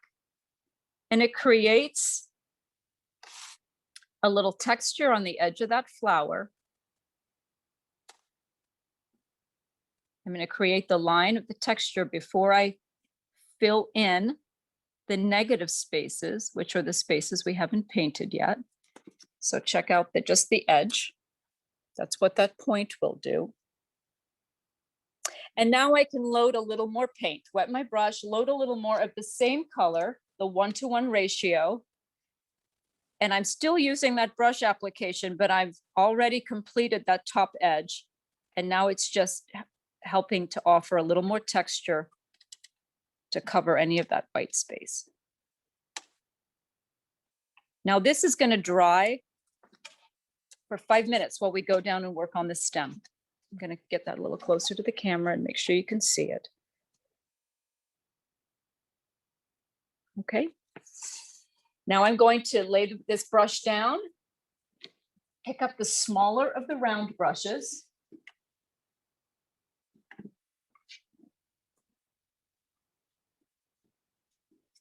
Smaller of the round brushes. If some of you, again, are using a palette knife to transfer, that's fine.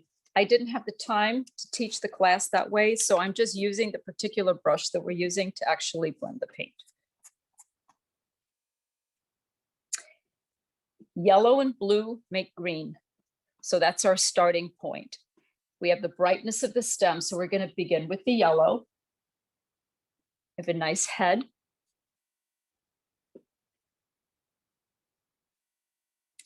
I'm going to wipe my brush off, just as we did in the black. The dark colors and bright colors are aggressive. So I'm just going to take a tip, just a tip of blue. So like 50% of what I just used. Small increments of color change, and it turns into this beautiful parrot green. It's a very bright green. I'm calling it a parrot green. Deb, can you get to that green?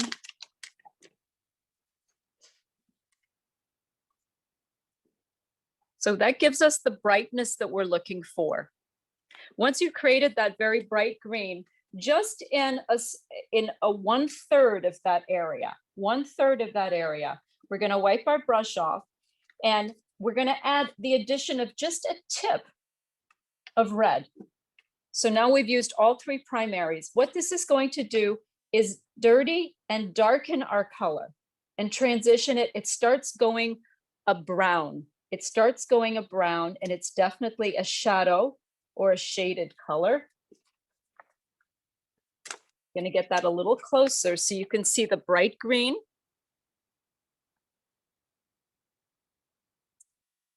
It has now become, this is the most wonderful foliage or landscape color if you're painting. So I'm going to begin with this color, and starting at the base, the edge of that poppy, simply going to graduate down. Remember, I shared with you, rather than one solid pull that might wobble a little bit, graduate down, wet my brush a little bit, give myself a little more control, and 2 widths of my small round brush are the correct width for the stem. It's a little wider at the top, so short brush strokes, overlapping brush strokes. And then right down the middle, I'm going to go into my parrot green, which was before we added the red. We left a little bit. I asked you to just blend in 1/3, may have gone to 1/2 now. We're going to go back into that bright parrot red. I'm going to line my brush on the side of the petal in the middle, and I'm going to stroke down. I see, as you might, that I need to do it one more time. So I'm going to put a little more paint on my brush, a little more paint on my brush, Again, you want that bright green that ended up being, I think, about a 50-50 again. I need a little more, so you might need a little more paint. And this time it's a gentle stroke. If you stroke too hard, you're working over wet paint like we are, you might just take it right off. So it's a gentle stroke, and you see the angle of my brush. Gentle draw down the middle. And that just gives it a little brightness. If you need to, a little depth, I'm sorry. If you need to, you can, or you desire to, you can tint that parrot green again. You can tint it a little bit and do that one more time, and it gives some dimension, gives lovely dimension. So again, that's blue and yellow with a touch of red, 2 widths of my brush, depending on the size of yours. You can figure that out at home. And then I went back to the parrot green, 1 brush stroke overlapping down the center, and then I tinted. I added just a little white. I'm going to go back to the center, still using the smaller round brush, and I'm going to create the detail. The color that you need for the detail is the same gray that we used for the background, the same gray. So doubtfully you have anything that's still dry, because we did that about an hour and a half ago. So little white on your canvas. You don't need much paint for this at all. So transition a little white, wipe it off so you have control of how much you're picking up. Just a tip. You don't have to be spot on with the same, exactly the same gray. But what this does, it does 2 things. I'm going to use the word marry. It marries the background to the foreground in a really wonderful way. And it also allows that flower to be emerging out of the gray rather than sitting on top of it. So when you're creating any other art project, landscape painting, to be able to draw those background colors and bring them in again into the foreground is a wonderful way to graduate a painting. Once you have a similar color, clean your brush off, definitely. Wet your brush this time, because we want to take advantage of the tip. We want to take advantage of the tip. If you are a painter and you have a lot of tools in front of you and you happen to have a liner is a smaller round brush. It has very thin line. It's a script liner. You're welcome to use that. We're going to go into the center. To turn it so you can see it.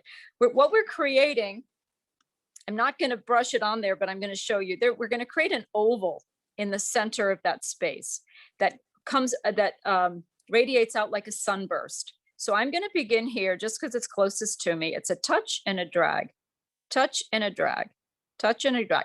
Now we're working over black. So what you see won't remain as bright or as light with as great a contrast, because it's going to dry into the black.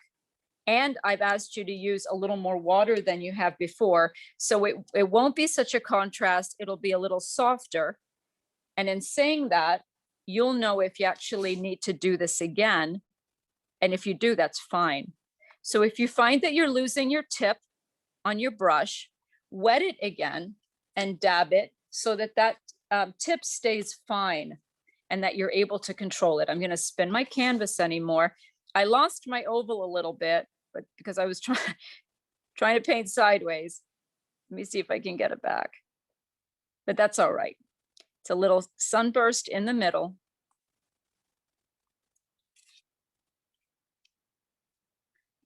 And then for what the outer edge outside of the sunburst, again, you want to fine tip using your gray. And they're really little swirls and curls and touches. You're welcome to be original. I'm going to take the print and put it right up to the canvas, and I want you to see what they look like. Remember that little touch and drag, touch and pull. There's those, and there's little swirls and curls. So your goal is to make it look like it has some texture. If we had more time and it was an intermediate class, I would have added a little red to this gray, and that gives you some more color combinations. So if you are an experienced painter, you're welcome to do that. For the sake of time, I'm going to continue just with gray. And again, You want to keep water on your brush so you have control of that tip. Touch and pull, circles, touches, spirals.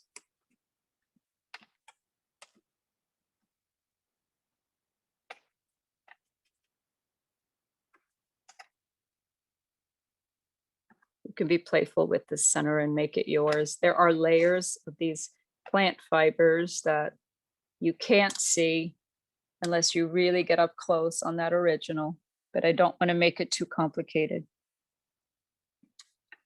And then if you'd like to touch or do anything just in the middle with your brush here and there, just to create a little bit of texture or movement in the center that you can, but don't do too much that takes away from that lovely burst of color that's happening in the center. If you've done too much and you realize that, you have a wonderful answer in front of you, go back. It would be very, very simple to create the dark, I'm going to call it the softened black, which was black with a little red. And you can simply move in with your round brush and do the same technique and give yourself back a little depth. So that's just for those that might have gone too far or maybe surprised at the width of their brush. Again, it's a push or pull until you get the right combination. We're probably, what time is it, Marie? 12:55. Okay, we got about 5 minutes. So what I'm going to do, I've taken you through the 4 steps. The only difference that we're going to find in the last 2 petals, if you can stay with me, we can finish this in 10 minutes, 5 minutes on each petal, so that you can at least watch the process. If you can work at home on your own, this is going to be in the PowerPoint. I'm going to move next to the petal on the right. Let me show you which one. We're moving to the petal on the right first, okay? And I'm going to go back to my flat, the smaller flat, right into my red. I'm going to leave, let me touch on these two. I'm going to be applying it into this shape or this mass. I'm going to leave these 2 areas. They are painted with that wonderful orange, simply the combination of red and yellow. So I'm going to paint this shape according to the 4 steps. These 2 areas are going to be filled in with orange.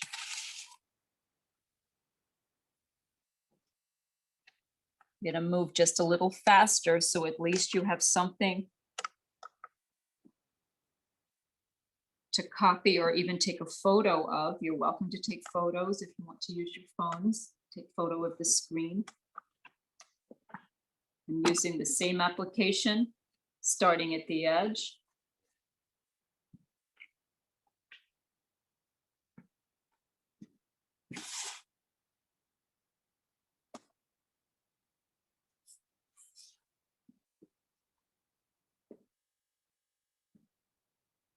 Depending on how you have followed the directions and created your color, you will be the one in control of that contrast between this petal, which would be petal number 5, and petal number 2, which is, we did prior to that, and it's the petal that this is laying on top of.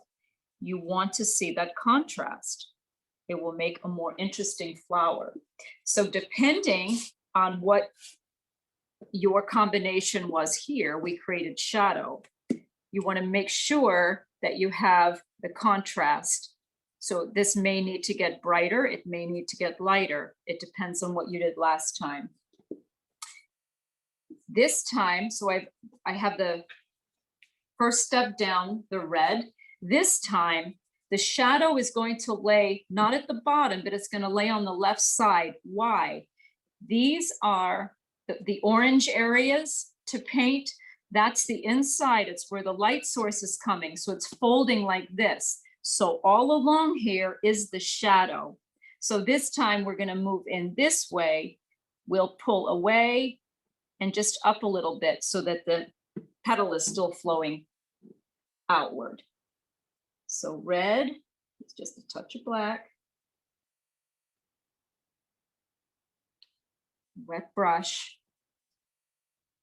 So this time, Deb, Deborah, Yes. I mean, Vanessa, people have asked if we could just get really close. Sure, sure. And I was about to ask Deborah because I want you to see what's happening with this petal. So we still want the flow to go up. Where I'm laying my brush, this is the side that the shadow is laying. So we're still gonna get really cozy right up there. We're gonna drag away, but this time, drag up into the flower. Drag up, so you're gonna drag sideways up into the flower. Up into the flower, touch, remember, and ease off. Let me blend that out just a little bit. Touch and up.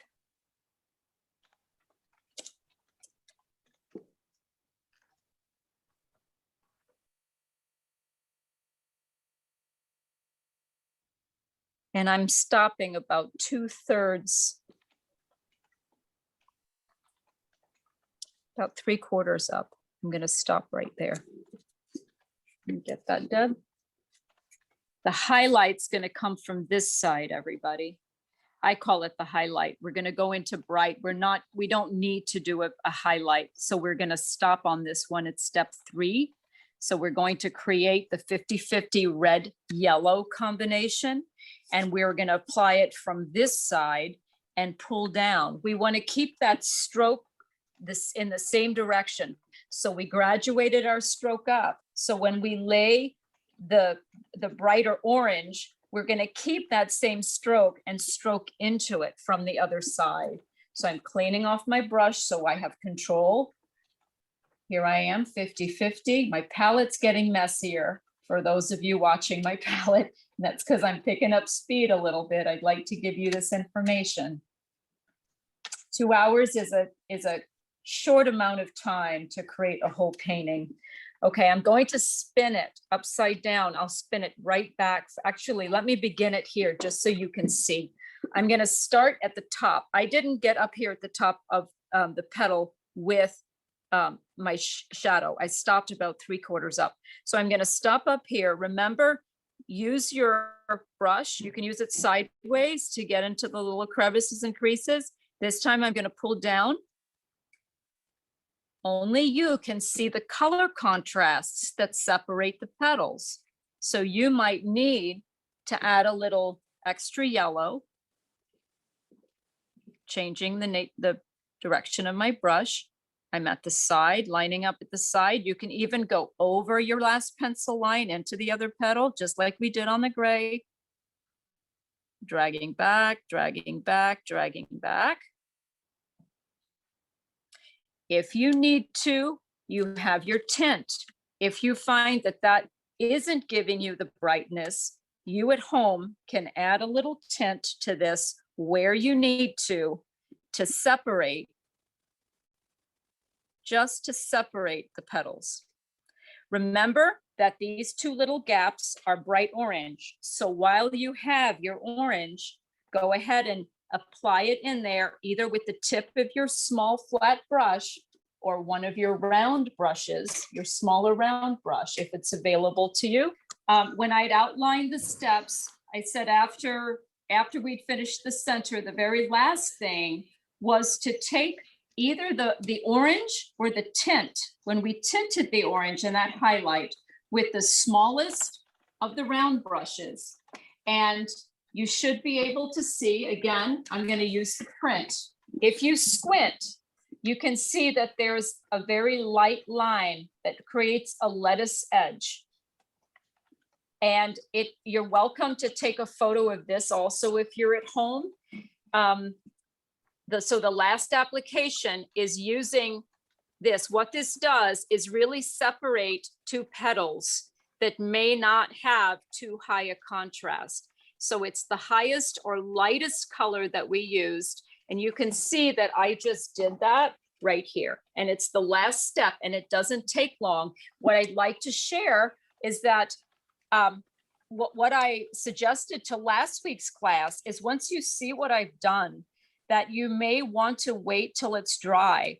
Because, for example, this petal is now dry. and I have the leverage to lean on my canvas, or at least put my pinky down, and that gives me a really wonderful guide all the way through. So I did suggest that those who wanted to wait could do that at home. And if you wanted to take a photo, and again, you will get that image in the PowerPoint, so you could find that highlight. So I'm going to continue. You can see that I painted orange as the overlapping of the flower. I'm going to move directly into this. I'm going to paint it red and move right through. It's a very similar application. The only difference is that instead of the underlay of this petal being orange, it is the shadow, which means it's the red with the black. So I'm going to go straight into the red.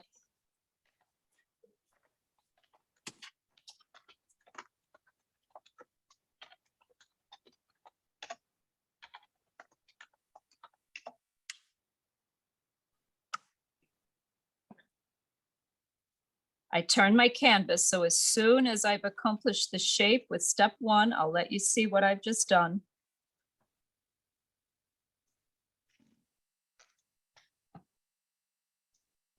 Using the same brush technique that we did all the way through and pulling away from the edge.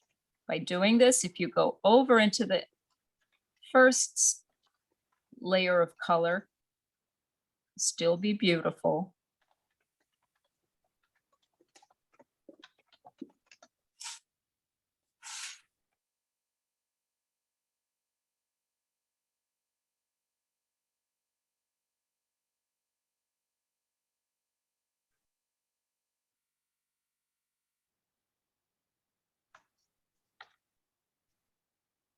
Okay, so I've laid in the first two colors. If you'd like to look at the screen, I laid that solid red, step one, solid red, step one. So I'm going to follow through with step two, the shadow, and step three, the brightness. And then this area just goes the shading. So when we're on step two and you'd like to fill that in, absolutely feel free. So red with a little black, just a tip, remember. All right, and this time we're beginning in the center of the flower and dragging out, lighting my brush up and lift, brush up and lift, brush up and lift, moving out organically because the flower and the petal is laying this way.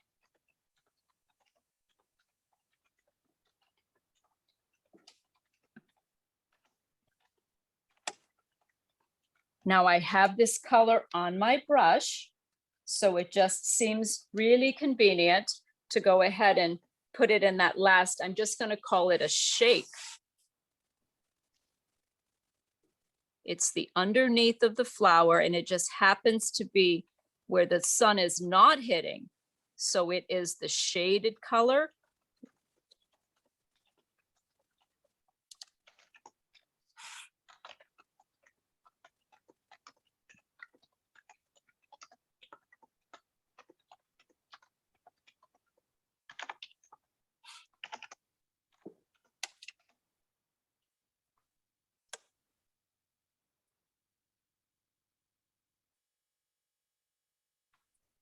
Okay, so it's the underneath, the shaded color. So the last step here is the orange, which is brightening. Remember, it's 50-50.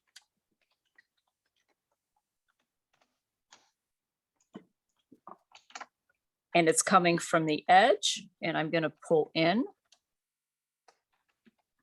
I'm going to add just mine by a little yellow because I can't see the contrast enough. You're pulling into the flower. Once again, once you have the PowerPoint, you could do some really wonderful things in returning to this painting at home. We're teaching this in 2 hours, which is a short span of time to accomplish a painting. And the nature of acrylics, the beauty is in its layering. So if you were to follow the instruction and return to these petals as an exercise, or just to continue to complete the painting, as you add layer and following and the buildup of paint, it's really, really beautiful. So you want just enough yellow so you can see that graduation, so that this petal is separate from the other, from the underside.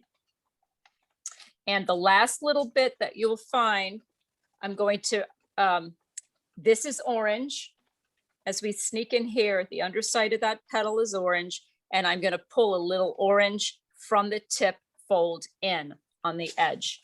I'll do that on this side. So I'm going to paint this orange. Again, only you can see the contrast needed to show that that's a fold. It's a fold in of this petal.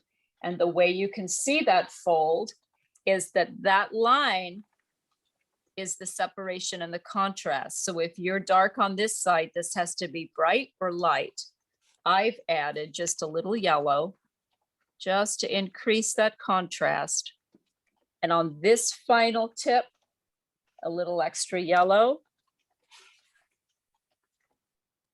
I'm going to pull away,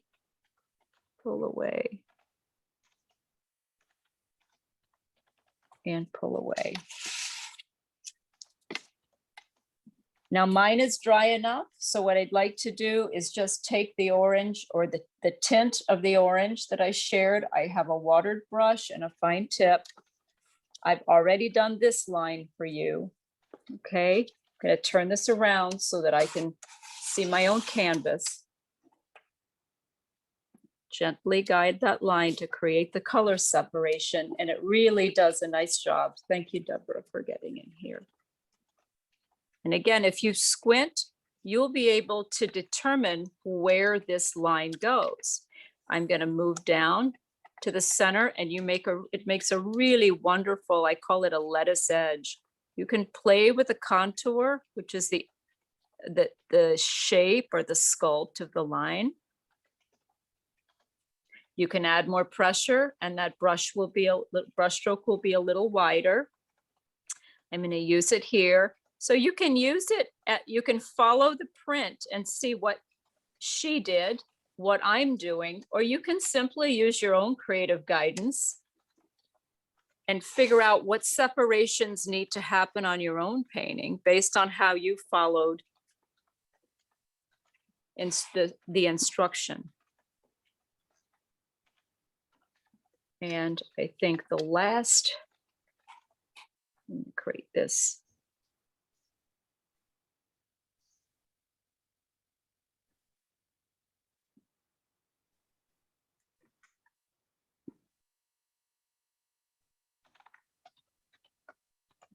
And I realized in doing that the last of what I need to do that I haven't actually applied, that the little underbelly side of that flower that I said goes the shadow or the shade, the very dark red. I've got my round brush, and they're just small shapes. They're almost like triangles, and that will finish off and complete the flower.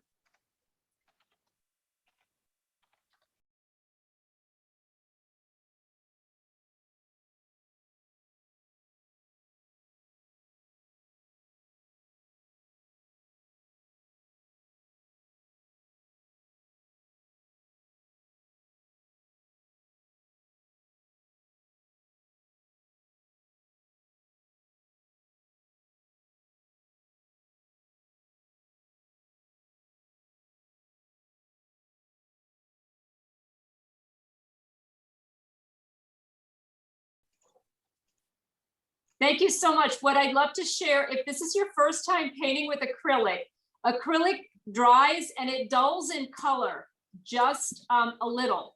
And so to fine tune or brighten those colors, there are polyurethanes and varnishes that are 2 applications. Either you can spray them on or you can brush them on.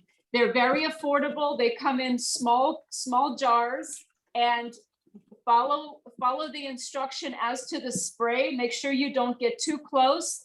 And if you're going to varnish them on, use a short brush. It must be soft. The sponge brushes even work really, really well.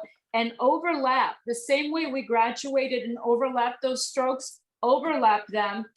Two coats, no matter which way you go. but it will really allow those colors to pop. And you have a choice between a satin finish, a semi-gloss finish, or a glossy finish. And it does wonders to these flowers. It's really beautiful. So once again, oh, I'm speaking at the screen. I'm not speaking to you. Thank you. Okay, I'm talking to you because I can see your faces. Thank you so much, everybody. And I hope you join me in August for the palm trees and oceanscape, and have a wonderful day. And it was wonderful to paint with you. Thank you so much.